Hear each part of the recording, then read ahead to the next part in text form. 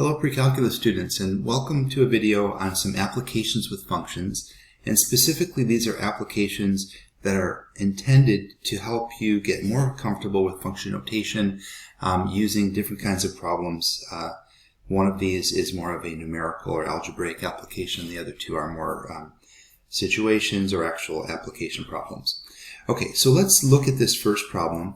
We're told that f of x equals x minus b over x minus a, and we're given two pieces of information about what different inputs of x, in this case 1 and 2, what they produce. Okay, and so we can try to start with f of 1 equals 0, and let's see what happens. So f of 1 equals 0 means the output is 0, so that means we would have a 0 here. When the input, or x, is 1, so that would equal 1 minus b over 1 minus a. Okay, now the problem with working with this particular equation to try to solve for b, you might think, well, you can get an answer for b, and in a way you're right, but I want to caution you, if you can avoid it, don't multiply by anything that has a variable in the denominator, because you don't know what the final value of a will be, and if it's going to be 1, then you have a problem, because then you're multiplying by 0. So we kind of want to avoid this situation as a starting point, if at all possible. So I'm going to put that aside for a second, and I'm going to look at what the other equation tells me is that f of 2 is undefined. So for a fraction to be undefined, the denominator would be 0. So this means we can focus just on the denominator for this part of the problem, with this information. So that means that when the input is 2, when x is 2, that this will have to be 0. In order for this whole thing to be undefined, this would have to be 0. So in other words, when x is 2, we get 2 minus a. That equals 0. We're told that with this statement right here, which means now we know that adding a to both sides, a equals 2. Okay, now going back to the other part, we have a lot more information there. We know that a is 2, so we know this number. So now we can say that more specifically, we can say that, putting these two things together, we can say that 0, the output is 0, when the input is 1. But then this is, now we know that it's 1 minus 2, and we're no longer faced with the issue of multiplying by a variable. Okay, it turns out it wouldn't have mattered in this case, but it's really just something to avoid. Okay, so now we have, so we know that 0 equals 1 minus b over negative 1. We multiply both sides by negative 1. We just go from here to here, okay? And then we multiply both sides by negative 1, and negative 1 times 0 is still 0, so 0 equals 1 minus b, and b equals 1. So there's our solution. Okay, let's look at the next one. So in this one, we're looking at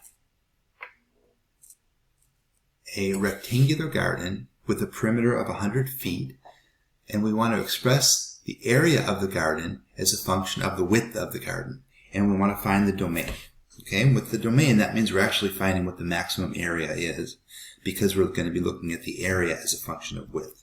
Let's first draw a diagram to show a rectangular garden.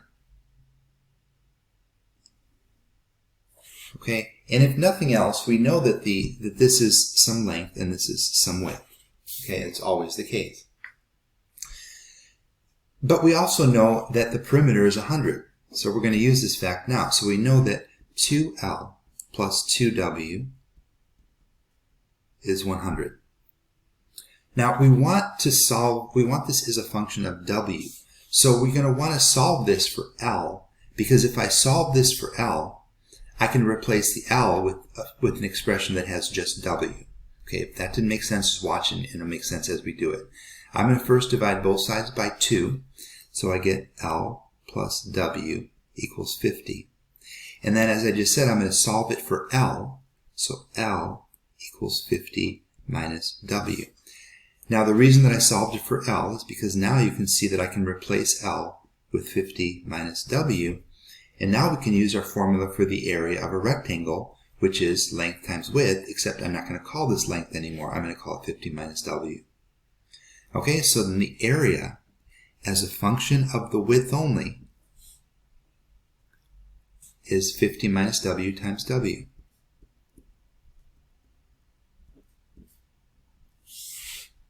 Okay, which is we'll just say negative w squared. Just distribute and write it in order. That makes sense. Okay, so negative w squared plus 50w. There's the area as a function of the width. Okay, what about the domain of this? Okay, well, we only have 100 feet to work with. So if this were to be 50, we would have a problem. Because if this were 50, then this would be 50. That would use up our entire 100, and there would be no length at all, right? It would be 0. And then there would be no rectangle. So this can't be 50. It has to be something less than 50. So we know that w must be less than 50. Now, if this were less than 0, it doesn't even make sense to talk about an area. If this were equal to 0, we would have the same problem. If this were equal to 0, then the length would be 50, and we would have no rectangle either. So this has got to be greater than 0. So there's the domain. So the domain in interval notation is just the interval, open interval, from 0 to 50.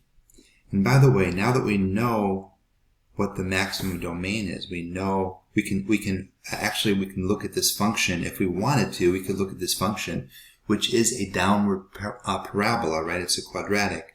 And we could see the maximum value. The top vertex of this parabola would actually be the largest possible volume that you could make out of that. And it will turn out, if you plug this in, which we're not going to do now, it would turn out to be a square.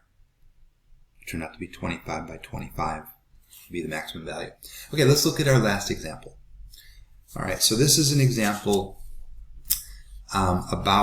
it's a physics example, in the effects of gravity on Jupiter and Earth. Okay, so if you drop a rock from a height of 1,000 meters, then its height in meters after x seconds is determined by this equation. On Earth, the height, this is the height, in x seconds would be 1,000, that's the starting amount, minus 4.9x squared. Now just to think about this, if x were 0, in other words, if it didn't fall at all, it would be 1,000 feet. So that makes sense. In this problem, we're also going to find out how long it would take to hit the ground, but at least the equations make sense.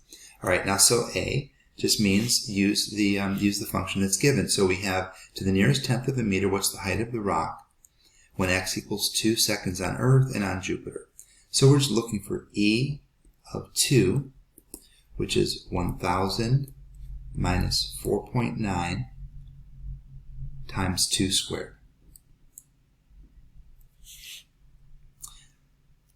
Okay, so that is, that's approximately 980.4 feet. Not feet, sorry, meters.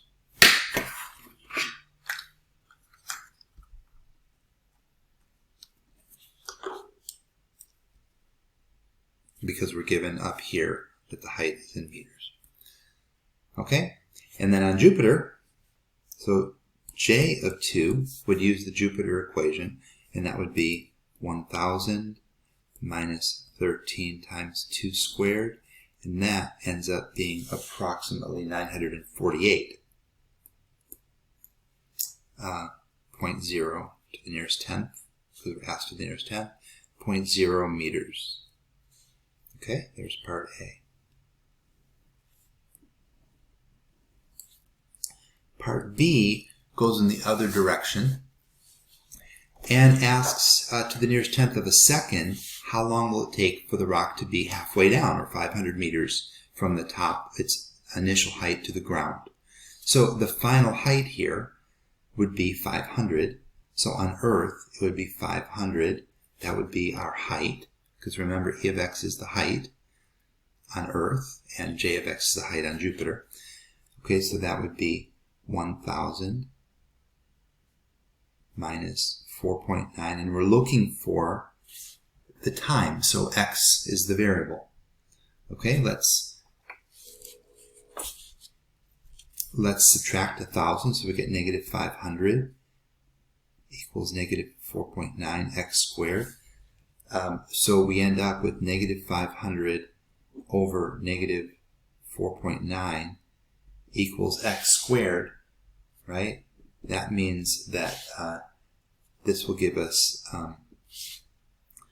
once we take the square root and divide here, we're going to get 10.1 seconds. So x is approximately 10.1 seconds to move 500 meters. Okay, and this is, I'm just going to put sub e. That just means the time on Earth. Okay, now let's look at the time on Jupiter.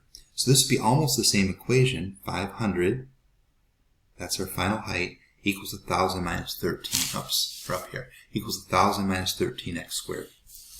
Okay, so 500 equals 1,000 minus 13, and our unknown is x, so x squared. Subtract 1,000, we still get that negative 500 equals negative 13x squared, and then we get negative 500 over negative 13, which is a positive, so we can take the square root of it, equals x squared, which means the time on Jupiter, so the time on Jupiter, I'll just say, oops, that's supposed to be a uppercase, it's a name of a planet. So that is approximately, so if we divide this and take the square root, we get approximately 8.9 seconds. Okay, so 10 seconds on the Earth, 8.9 seconds on Jupiter, and let's just do one more. Let's see how long it will take to hit the ground. So to go 1,000 meters, it's going to hit the ground, so the height will be 0. So 0 equals 1,000 minus 4.9x squared. And I'm going to pause it and let you finish it, and then we'll compare our answers. Okay, so the square root of 1,000 divided by 4.9 is approximately 14.3 seconds. And the same thing, if you haven't already done it, then do this for Jupiter and see how long it takes for this object to hit the ground on Jupiter.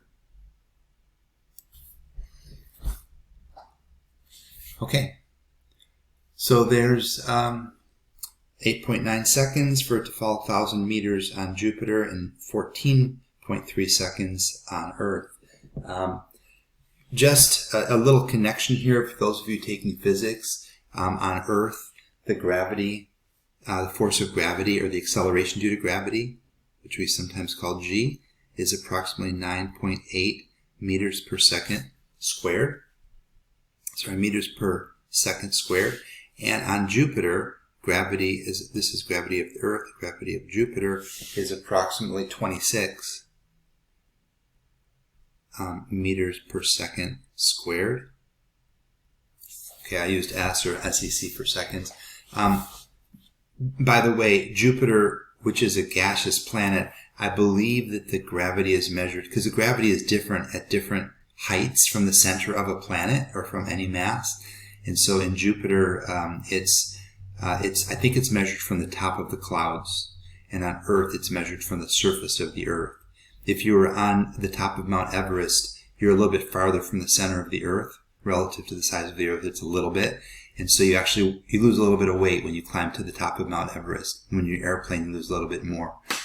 On Jupiter, you weigh a lot more. So this is your weight. This is like how fast you're being pulled to the ground. So on Jupiter, you would weigh about 2.6 gravities on Jupiter, which means you'd weigh 260% your current weight. So you have to have strong legs to even stay, be able to move around, and you have a really hard time running. If there was a surface, or if you were on some kind of a platform on Jupiter, you'd be kind of pulled to the ground pretty hard. Okay, I hope you found this video helpful.